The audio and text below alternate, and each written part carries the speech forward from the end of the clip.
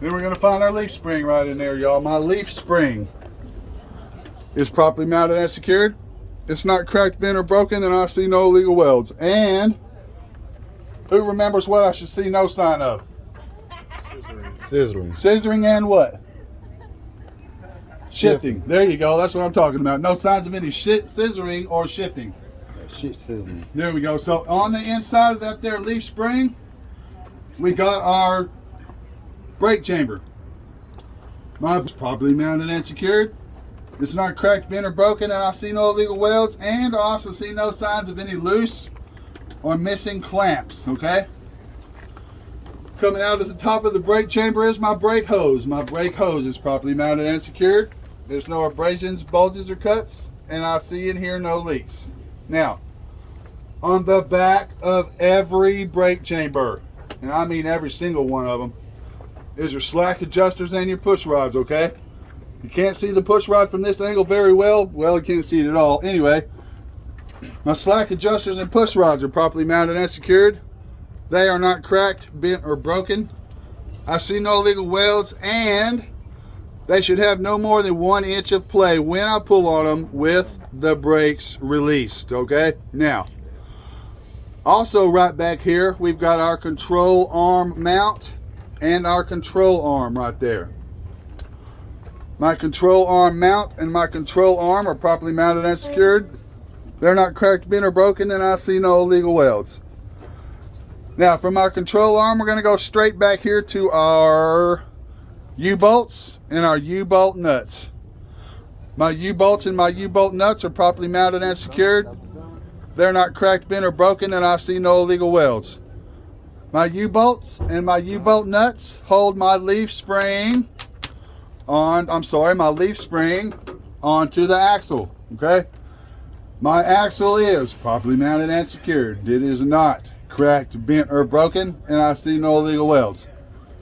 Now, from our axle right there, we're going to come out, we're going to do our inner and outer rims. My inner and outer rims are properly mounted and secured. They're not cracked, bent, or broken, and I see no illegal welds. And it's also free of any oil, grease, and debris. Now, from our inner and outer rims, we're going to go to our BUDD spacing, our bud spacing, okay? My bud spacing is properly mounted and secured. There's no abrasions, I'm sorry. Let's try this again. This is my bud spacing. It's properly mounted and secured. It's evenly spaced, and it's free of any trash or debris that might cause a fire hazard when I'm driving down the road. Now, for my bud spacing, we're going to come out to our tires. My tires are properly mounted and secured. They are no abrasions, bulges, or cuts. I see and hear no leaks. These tires can be recaps. These tires need to have at least 30 seconds of tread depth. The way I would check that is with a tread depth gauge. They are evenly worn. Recaps, evenly worn, tread depth. Okay, we're good to go on that. Now, from our tires, we're going to go down to our lug nuts. My lug nuts are properly mounted and secured.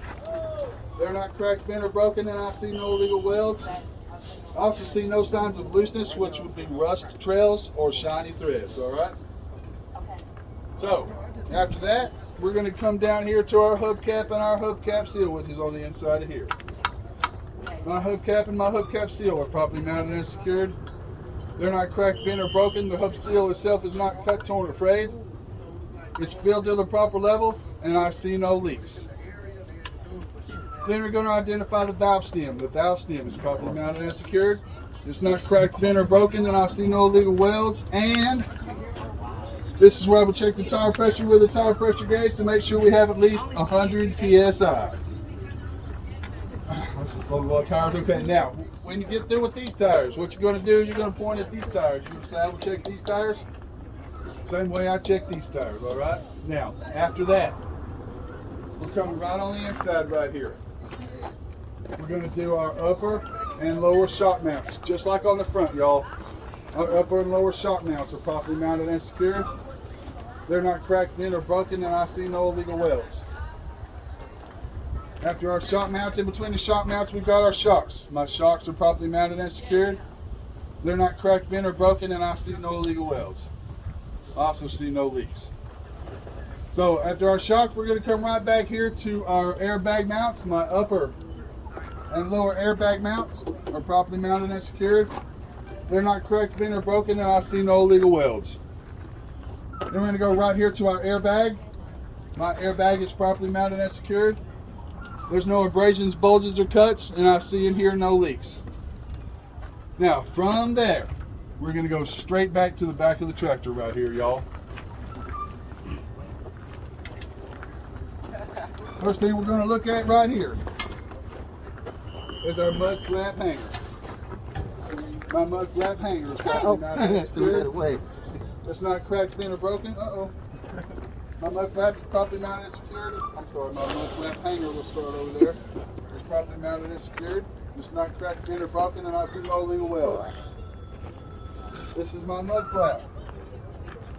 My mud flap is properly mounted and secured. It's not cracked. I'm sorry, it's not cut, torn, or frayed. And it should be at least 8 inches off the ground. 8 inches? Is that 8 inches?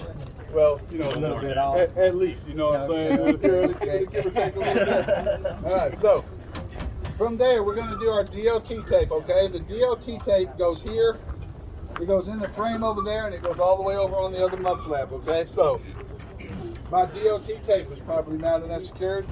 It's not cut, torn, or frayed, and it should cover, don't say it should cover, and it covers 100% of the rear of my tractor, okay? After that, we're going to come right in here. We're going to look at our rear tractor lights, okay? My rear tractor lights are properly mounted and secured. They're not cracked, chipped, or broken. Then we're going to identify the red lights. The red lights are my parking lights, my clearance lights, turn signals, and four-way flashers, okay? And brake lights. There we go. I knew I was missing one. Then we're going to go in there and talk about the white or the clear light, which is my reverse light. And it's operating properly. All right, now the last thing we do on B is there are 2 reflectors right up here on this part of the frame right up in here. We're going to identify those DOT reflectors. My DOT reflectors are properly mounted and secured. They're not cracked, chipped, or broken, and they are the proper color red. And that is all of B, y'all.